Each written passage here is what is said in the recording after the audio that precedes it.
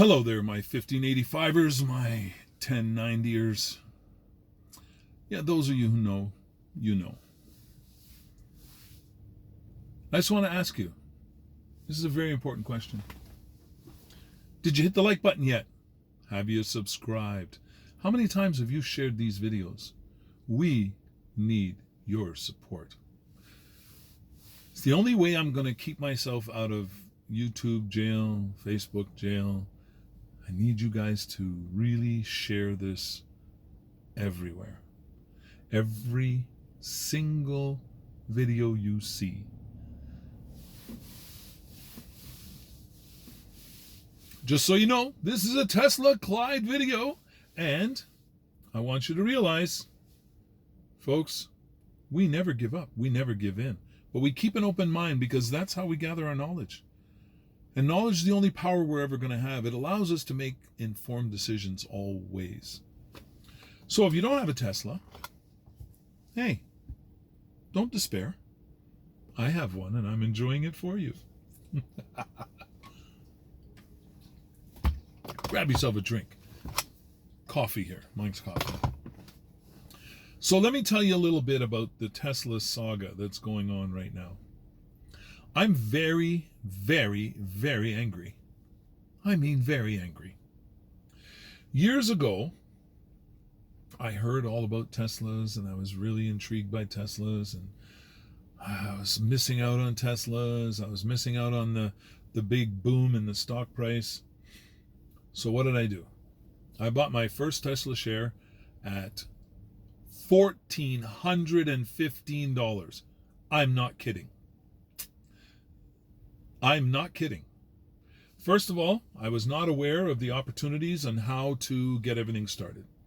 I called my bank and I asked my bank what to do, and they flipped me off to some woman named Joan, and she took all the information I had to give her and she said she'd get back to me. She never did. Months and months went by. The stock price was rising like crazy. When I first asked, it was around $300 and some odd, which was still way later than I wanted to be involved. So anyway, finally I got fed up, went into the bank, and I said, hey, enough of this. I'm not even going to tell you what bank it is because I don't want to get flagged and sued. And what did I say? Ain't nobody trying to get sued here, you know? Ain't nobody trying to get sued. Anyway, I finally got through at my bank, and they tried to put me off and make me an appointment with somebody. I said, no, I'm not waiting for an appointment. Your person has already done this to me, and I've been waiting and waiting and waiting. So they got me their junior person who just started, actually was training. Well, she was learning her job very well because she got everything going, got everything started, got all my accounts open the way they're supposed to be opened. And all I had to do was start transferring money in and doing my own thing. And I did. So I started with that first share. Well, since then, let me just tell you, I've really increased those numbers of shares. Like, I mean, huge increase in the number of shares that I now own. But that's okay. That wasn't the whole story. That wasn't what I was coming here to say. This is the beginning of the story and the journey. I realized that I was really missing out because I didn't own one. I was watching all the videos and watching how everybody was enjoying theirs. And the odd story about somebody who said, I don't like this, I didn't like that. Hey, that's normal. But I wanted one because all the research told me the money I was spending on gasoline alone every month, because I do a lot of driving every month, was almost $800.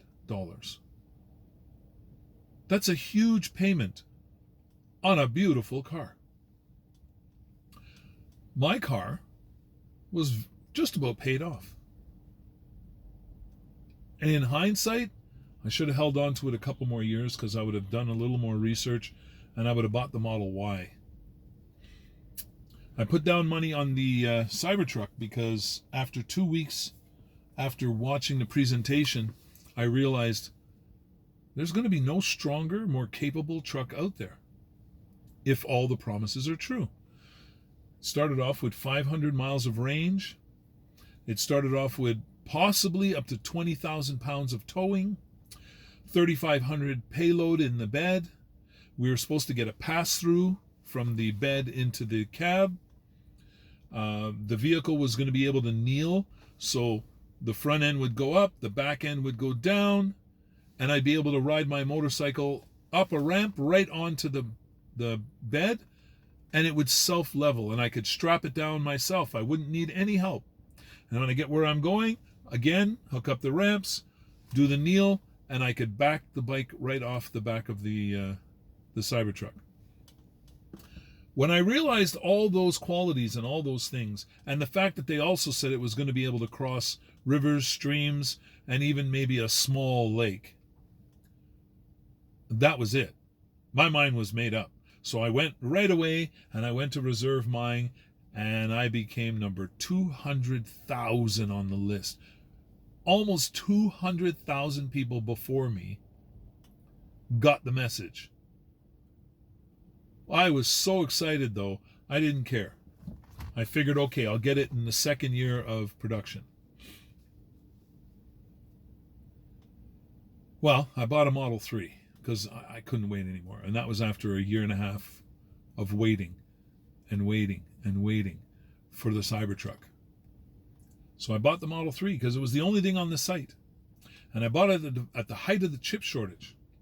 So my purchase cost me, altogether with FSD, I bought the FSD later, but altogether it was $84,000. I know. You're shocked. I was shocked too.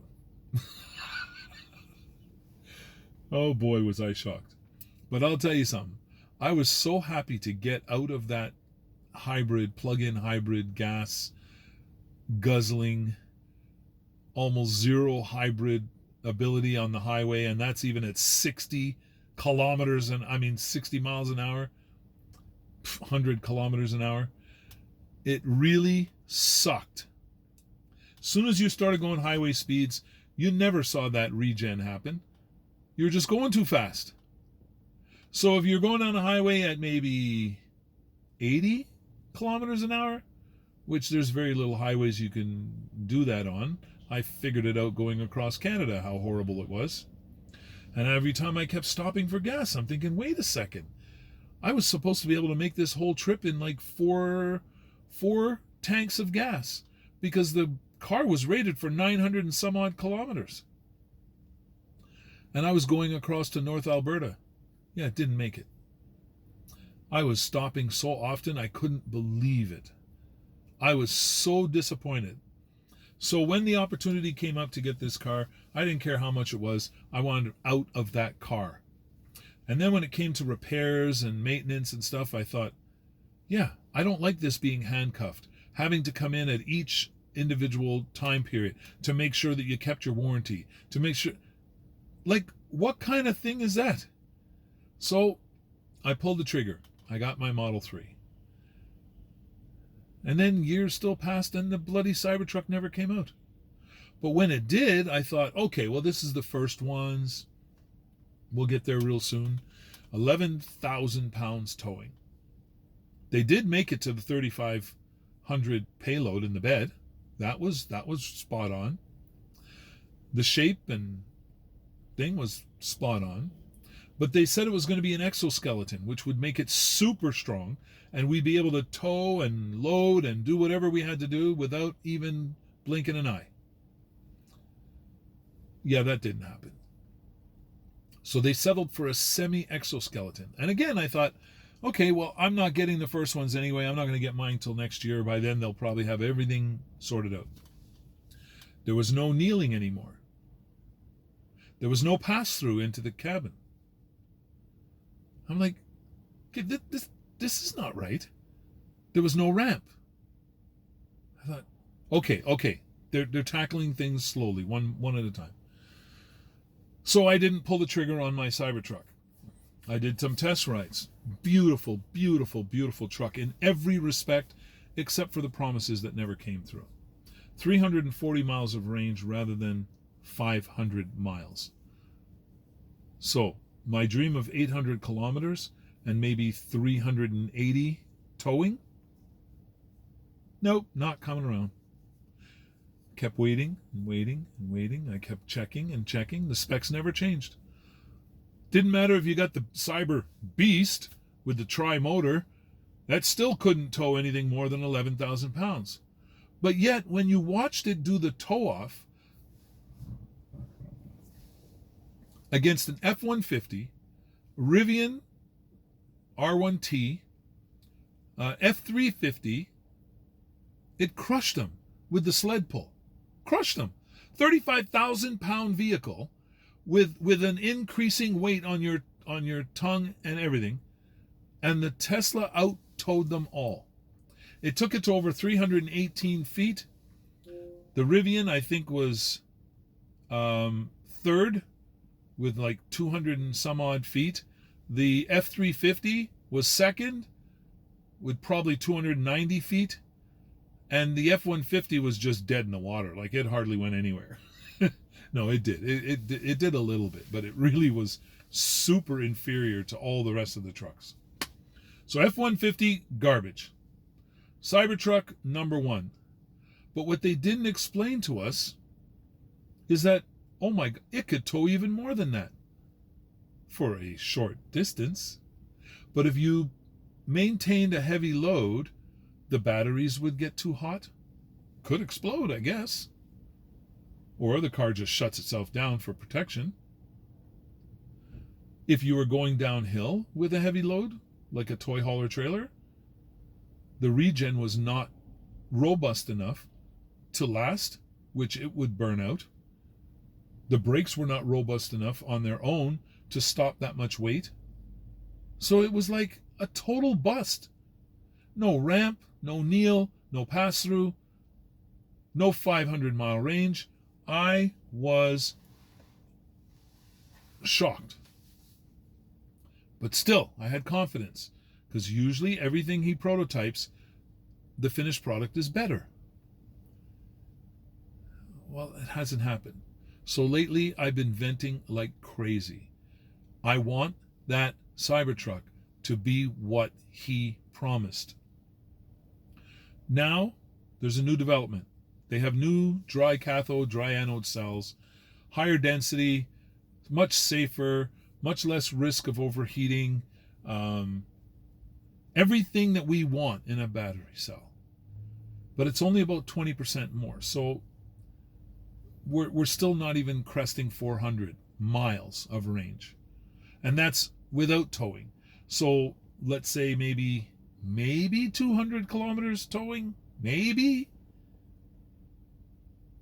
But who wants an 11,000 pound toy hauler trailer to go off grid and actually live in? Yeah, no. It has to be at least a 20,000 pound toy hauler with a nice sized garage and proper accommodations, fully sturdy, built like a brick. Suspension that can withstand off grid, rolling through the woods, up trails and across the ice beds, and everything you needed to do. I have to wait for my truck now. Anyway, folks, that's my rant for today. This is your host, Clyde. And remember, hit that like button, subscribe, and share these videos. We're going to the moon, folks. And I'm going to try my best in the future not to go into their little jail boxes, okay? Because I say the wrong things, or still going to tackle controversial subjects, but I'm going to tackle them in a way that doesn't get me in jail. All right? Anyway, folks, you have a great one. Remember, we never give up, we never give in, but we keep an open mind, because that's how we gather our knowledge, which is the only power we'll ever have in this world. Allows us to make really good, informed decisions. Take care, folks, and we shall see you on the next one.